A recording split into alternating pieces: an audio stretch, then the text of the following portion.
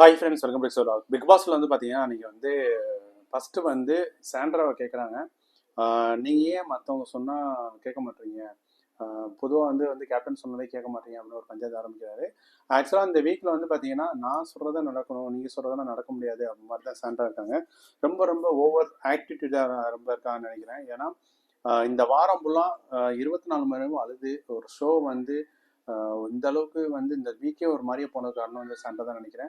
ஏன்னா அவங்க வந்து பார்த்தீங்கன்னா ஒரு மாதிரியே தான் ட்ரிகர் பண்ணுறாங்க வித்தியாசமாக. மற்றவங்க நீ என்ன சொல்கிறது கேட்கறது அப்படின்னு சொல்லி நான் என்ன எதிர்பார்க்கறேன்னா, ஒரு வாரம் இவங்க கேப்டனாக இருந்துட்டு மற்றவங்க இவங்க சொல்கிறத கேட்கக்கூடாது. அப்போ தான் வந்து பார்த்தீங்கன்னா அது ரியலைஸ் பண்ணுவாங்க அப்படின்னு நினைக்கிறேன்.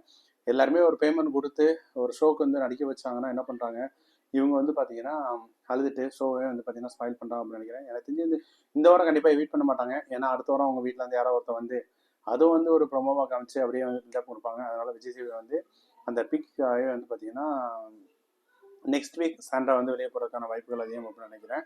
ஸோ எனக்கு தெரிஞ்சது பார்த்தீங்கன்னா சாண்ட்ரா இந்த வாரம் வந்து ஜெயிலுக்கு போகிறவங்க தகுதியான ஆள் அப்படின்னு நினைக்கிறேன். இதை வந்து விஜய் சேது கண்டிப்பாக தட்டி கேட்பாரா அப்படின்னு நினைக்கிறேன். ஏன்னா எனக்கு தெரிஞ்சு வந்து பார்த்தீங்கன்னா முடிஞ்ச வரைக்கும் பேசுகிற மாதிரி பேசி அப்படியே முடிஞ்ச வரைக்கும் பூசி முழுகிடுவார் அப்படின்னு தான் நினைக்கிறேன். ஏன்னா சில பல வாரங்களில் தட்டி கேட்க வேண்டிய விஷயங்களை தட்டி கேட்க மாட்டாரு, ஒரு மாதிரி தான் பண்ணி கொண்டு போயிட்டு இருக்காரு. ஸோ மேக்ஸிமம் வந்து அந்த விஷயத்தை தான் பண்ணுவார் அப்படின்னு நினைக்கிறேன்.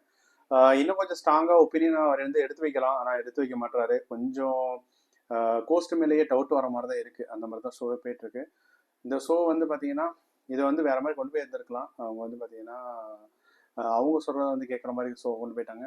இது எப்படியோ பார்ப்போம், யார் எந்த மாதிரி ரோஸ்ட் கொடுப்பாரா அப்படின்னு சொல்லி வெயிட் பண்ணி பார்ப்போம். பிடிச்சிருந்தா கண்டிப்பாக லைக் பண்ணுங்கள், மறக்காம சேனலை ஃபாலோ பண்ணுங்கள். தேங்க்யூ.